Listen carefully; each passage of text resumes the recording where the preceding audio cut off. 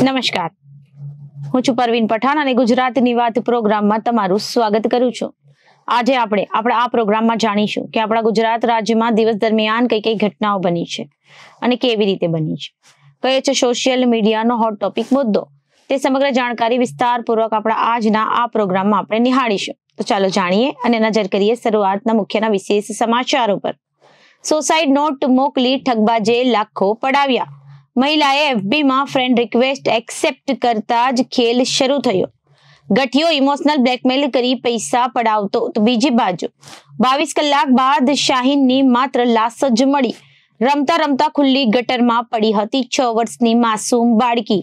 ભારે શોધખોળ બાદ અંબિકા નદીમાંથી મૃતદેહ મળ્યો તો બીજી જગ્યાએ હવામાન વિભાગ દ્વારા સેન્ટ્રલ ઉધના ઝોનમાં સૌથી વધુ 1.25 ઇંચ વરસાદ, અઠવા રાંદેરમાં 1.5 ઇંચ વરસાદ અને હજુ 2 દિવસ વરસાદની આગાહી કરવામાં આવી છે।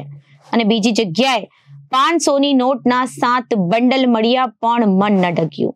યુવક એટીએમ માં 3.5 લાખ ડિપોઝિટ કરવા ગયો અને છાતીમાં દુખાવો ઉપડ્યો।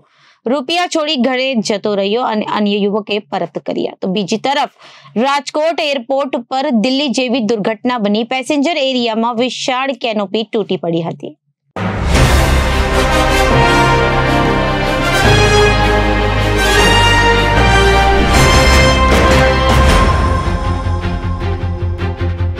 હવે જોઈએ સમાચારો વિગતવાર। વડોદરા સહિત સમગ્ર રાજ્યમાં સાયબર ક્રાઇમના કિસ્સાઓ દિવસે ને દિવસે વધી રહ્યા છે। જો તમે સોશિયલ મીડિયાનો ઉપયોગ કરો છો તો અજાણ્યા વ્યક્તિની ફ્રેન્ડ રિક્વેસ્ટ આવે છે તો સ્વીકારતા પહેલા ચેતી જજો, કારણ કે વડોદરાની મહિલા કન્સલ્ટન્ટ ફિઝિયોથેરાપિસ્ટ સાથે અજાણ્યા શખ્સે મિત્રતા કેળવી વિશ્વાસમાં લઈ ₹10 લાખથી વધુ ખંખેર્યા છે। આ શખ્સે પોતે સોફ્ટવેર કન્સલ્ટન્ટ અને બોલિવૂડમાં પ્રોફેશનલ ડાન્સર હોવાની ઓળખ આપી હતી। વડોદરાની મહિલા કન્સલ્ટન્ટ ફિઝિયોથેરાપિસ્ટ સાથે અજાણ્યા શખ્સે મિત્રતા કેળવી વિશ્વાસમાં લઈ ₹10 લાખથી વધુ ખંખેર્યા છે। આ શખ્સે પોતે સોફ્ટવેર કન્સલ્ટન્ટ અને બોલિવૂડમાં પ્રોફેશનલ ડાન્સર હોવાની ઓળખ આપી હતી। આ મામલે સાયબર ક્રાઇમ પોલીસે ફરિયાદ નોંધી વધુ કાર્યવાહી હાથ ધરી છે। આ અંગે મહિલાએ સાયબર ક્રાઇમ પોલીસ મથકમાં ફરિયાદ નોંધાવી હતી કે હું કન્સલ્ટન્ટ ફિઝિયોથેરાપિસ્ટના વ્યવસાય સાથે સંકળાયેલી છું। મારા માતા પિતા સાથે રહી ગુજરાન ચલાવું છું। હું મારા ફોનમાં ફેસબુક તથા ઇન્સ્ટાગ્રામ જેવી સોશિયલ મીડિયા એપ્લિકેશનનો ઉપયોગ કરું છું। ગત તારીખ 3/12/2023 ના રોજ હું મારા ઘરે હતી અને ફેસબુક આઈડી પર અજાણ્યા ફેસબુક આઈડી પરથી ફ્રેન્ડ રિક્વેસ્ટ આવી હતી અને મેં તેને સ્વીકારી હતી। બાદમાં અજાણ્યો વ્યક્તિ જય પટેલ પરથી મેસેજ આવ્યો અને મેં થોડી વાતચીત કરી હતી। બાદમાં અમારા બંને વચ્ચે વાતચીત બાદ ઇન્સ્ટાગ્રામ આઈડીની આપ લે કરી હતી અને બાદમાં બંને વચ્ચે ઇન્સ્ટાગ્રામમાં પણ વાતચીત થવા લાગી હતી, જેમાં અજાણ્યા શખ્સે પોતે સોફ્ટવેર કન્સલ્ટન્ટ અને બોલિવૂડમાં પ્રોફેશનલ ડાન્સર હોવાની ઓળખ આપી હતી અને તે અમદાવાદ વસ્ત્રાપુરનો હોવાની વાત કરી હતી। બાદમાં અમારા બંને વચ્ચે મોબાઈલ નંબરની આપ લે થઈ હતી અને રોજ મોબાઈલ અને સોશિયલ મીડિયા પર વાતચીત થતી હતી। બાદમાં વિશ્વાસ કેળવ્યો હતો। તારીખ 25/12/2023 ના રોજ ઇન્સ્ટાગ્રામ પર મેસેજમાં સામાન્ય વાતચીત દરમિયાન બંને ડિસેમ્બર 2023 ના અંતમાં ઉદયપુર પ્રવાસમાં જવાનું નક્કી કર્યું હતું અને તેઓ મિલન પટેલ નામના ટ્રાવેલ એજન્ટને ઓળખે અને રાહત દરે ટ્રીપ પ્લાન કરી આપશે તેમ કહી બંનેનો કુલ ટ્રીપનો ખર્ચો 1,15,200 જણાવી બુકિંગ માટે ઈમેલ આઈડીનો સ્ક્રીનશોટ મોકલ્યો હતો। તેની પાસે પૈસા ન હોવાથી ઓનલાઈન પૈસા ટ્રાન્સફર કર્યા હતા અને બાદમાં તબિયત સારી ન હોવાથી ટ્રીપનો પ્લાન કેન્સલ થઈ ગયો હતો અને પૈસા પરત આપ્યા ન હતા। બાદમાં ઠગબાજે તારીખ 29/12/2023 ને પોતાને લેપટોપની જરૂર છે અને સેલેરી આવી ન હોવાનું કહી ₹30,000ની માંગણી કરી હતી અને મહિલા આપી દે છે। બાદમાં 2 દિવસ બાદ ઠગબાજ પોતે ઇમોશનલ સ્ક્રિપ્ટ સેટ કરી આ મહિલાને વોટ્સઅપમાં વોઇસ કોલ કરે છે અને અમદાવાદ સેટેલાઇટ પાસે બાઇક સાથે કાર અકસ્માત થયેલ છે, જેમાં બાઇક સવાર બંનેને ઈજા થયેલ છે અને પોલીસ દ્વારા પોતાની અટકાયત કરવામાં આવી છે તેમ કહી રડવા લાગે છે। બાદમાં ₹25,000ની મદદ માંગે છે અને મહિલા 15,000 મોકલે છે। થોડાક દિવસ બાદ 24 લાખ રૂપિયા સારવાર કરાવનાર વ્યક્તિને ચૂકવવાના છે અને અન્ય જગ્યાએથી નાણાં ધીરના લીધું છે। બાદમાં મેં વાત કરવાની ઓછી કરતા તેણે પોતે મરી જવાની ધમકી આપી હતી અને ત્યારબાદ અવારનવાર ધમકી આપી મહિલા પાસેથી રૂપિયા પડાવતો રહ્યો હતો। બાદમાં સુસાઇડ નોટ મોકલી ઇમોશનલ બ્લેકમેલ કરી ₹1,68,262 પડાવ્યા હતા અને આ મામલે સાયબર ક્રાઇમે પોલીસે ગુનો નોંધી વધુ તપાસ હાથ ધરી છે। નવસારીના બિલ્લીમોરામાં તંત્રની બેદરકારીના કારણે ખુલ્લી ગટરમાં 6 વર્ષની બાળકી પડી જતા લાપતા બની હતી। સીસીટીવીમાં ચેક કર્યા બાદ બાળકી ખુલ્લી વરસાદી ગટરમાં પડી હોવાની જાણ થતા તંત્ર દ્વારા યુદ્ધના કારણે બાળકીની શોધખોળ હાથ ધરવામાં આવી હતી. ગઈકાલે 5-6 કલાક સુધી શોધખોળ કર્યા બાદ રાત્રે 10 વાગ્યા પછી ફરી વરસાદ શરૂ થતા બચાવ કામગીરીમાં વિક્ષેપ પડ્યો હતો. ત્યારે આજે વહેલી સવારથી જ ફરી બાળકીની શોધખોળ હાથ ધરવામાં આવી હતી અને બાળકીનો મૃતદેહ અંબિકા નદીમાંથી મળી આવ્યો હતો. ત્યારે આજે વહેલી સવારે ફરી બાળકીની શોધખોળ હાથ ધરવામાં આવી રહી છે. આ દરમિયાન 22 કલાકની શોધખોળ બાદ માસૂમ શાહીનની માત્ર લાશ જ મળી હતી. અંબિકા નદીમાંથી બાળકીનો મૃતદેહ મળ્યો હતો. બિલ્લીમોરાના વખારિયા બંદર પાસે ખુલ્લી ગટરમાં ખાબકેલી બાળકીનો આજે 22 કલાક બાદ માત્ર મૃતદેહ હાથ લાગ્યો છે. 22 કલાકની ભારે શોધખોળ બાદ વઘારિયા બંદર નજીક વાડિયા શિફ્ટ યાર્ડ ખાતે બાળકીનો મૃતદેહ મળી આવ્યો હતો, જેને પગલે બાળકીના પરિવારજનોમાં શોકની લાગણી ફેલાઈ ગઈ હતી. પિતા અજીત શેખે બાળકીના મૃતદેહને ઉચકી ગળે લગાડી લીધો હતો. પોતાની વહાલી બાળકીને હાથમાં લઈ પિતા તેમજ પરિજનો ઘર તરફ આગળ જઈ રહ્યા હતા. ત્યારે આ શોકનો માહોલ છવાયો હતો. બાળકીના મૃતદેહને પોસ્ટમોર્ટમ અર્થે બિલ્લીમોરાની મેંગોશી હોસ્પિટલમાં લઈ જવામાં આવ્યો હતો. નવસારીના બિલ્લીમોરા શહેરમાં 6 વર્ષની બાળકી શાહીન ગટરના પાણીમાં ગરકાવ થઈ ગઈ હતી, જેના પગલે બિલ્લીમોરા નગરપાલિકાની ફાયરની ટીમ દ્વારા અંબિકા નદીમાં સર્ચ ઓપરેશન શરૂ કરવામાં આવ્યું હતું. ફાયરની ટીમ સાથે સ્થાનિક તરવૈયાઓની પણ મદદ લેવામાં આવી રહી હતી. આજે વહેલી સવારથી બિલ્લીમોરા ફાયરની ટીમ દ્વારા ફાયર બોટ લઈને બાળકીની શોધખોળ હાથ ધરવાનો પ્રયાસ શરૂ કર્યો હતો. ત્યારે ઘટના બની અને 22 કલાક બાદ બાળકીનો માત્ર મૃતદેહ મળ્યો હતો.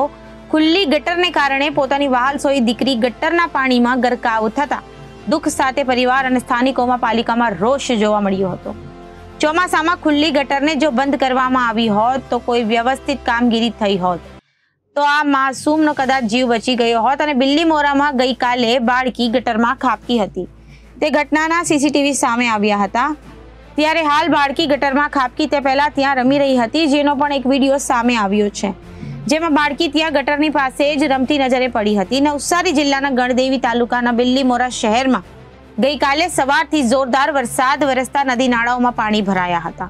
બિલ્લીમોરાના વખારિયા રોડ ઉપર આવેલા જીવન જ્યોત એપાર્ટમેન્ટમાં વિસ્તારમાં રહેતી 6 વર્ષની માસૂમ બાળકી લાપતા થતા પરિવારજનોએ શોધખોળ હાથ ધરી હતી. સીસીટીવી ચકાસતા પોતાના ઘર નજીક વરસાદી પાણીની ખુલ્લી ગટરમાં બાળકી ખાબકી હોવાનું જોવા મળ્યું હતું. બાળકી ગટરમાં પડ્યા બાદ ધીમે ધીમે પાણીમાં ગરકાવ થતી જોવા મળી હતી. બિલ્લીમોરાના વખારિયા રોડ પર રહેતા શેખ પરિવારની 6 વર્ષીય બાળકી શાહીન ગઈકાલે બપોરે 2:30 વાગ્યાના અરસામાં લાપતા બનતા તેના માતા પિતા દ્વારા શોધખોળ હાથ ધરવામાં આવી હતી, પરંતુ શાહીનનો પતો ન લાગતા આસપાસના સીસીટીવી ચેક કરવામાં આવ્યા હતા, જેમાં સીસીટીવીમાં શાહીન રમતા રમતા પોતાના ઘર નજીક આવેલી ખુલ્લી પડેલી વરસાદી ગટરમાં પડતી જોવા મળી હતી. ખુલ્લી ગટરમાં પડ્યાની ગણતરીની સેકન્ડોમાં જ શાહીન ગરકાવ થતી જોવા મળી હતી. બિલ્લીમોરા શહેરમાં જે ગટરમાં બાળકી લાપતા બની છે તે ગટરની લાઈન અંબિકા નદીમાં નીકળતી હોવાનું સામે આવ્યું છે. તંત્ર દ્વારા અંબિકા નદીના પટ્ટમાં જઈને પણ તપાસ હાથ ધરવામાં આવી હતી. વરસાદના કારણે ત્યાં પણ પાણીમાં વધારો થયો હોવાથી બાળકીની શોધખોળ પડકારરૂપ બની હતી. 4-5 કલાક સુધી બચાવ કામગીરી હાથ ધરાયા બાદ વરસાદ ચાલુ થતા બચાવ કામગીરીમાં વિક્ષેપ પડ્યો હતો, જે બાદ આજે સવારે ફરી બાળકીની શોધખોળ કરાઈ હતી. ત્યારે અંબિકા નદીમાંથી બાળકીનો મૃતદેહ મળ્યો હતો. ચોમાસા વિસ્તારમાં પાણી ભરાતા હોય કે જેથી વરસાદી પાણીનો સહેલાઈથી નિકાલ થાય તે માટે પાલિકા દ્વારા ખાડો ખોદી આ ગટરને ખુલ્લી કરવામાં આવી હતી, જેથી આ વિસ્તારનું પાણી વરસાદનું પાણી અહીંથી પસાર થઈ સીધું અંબિકા નદીમાં મળી શકે.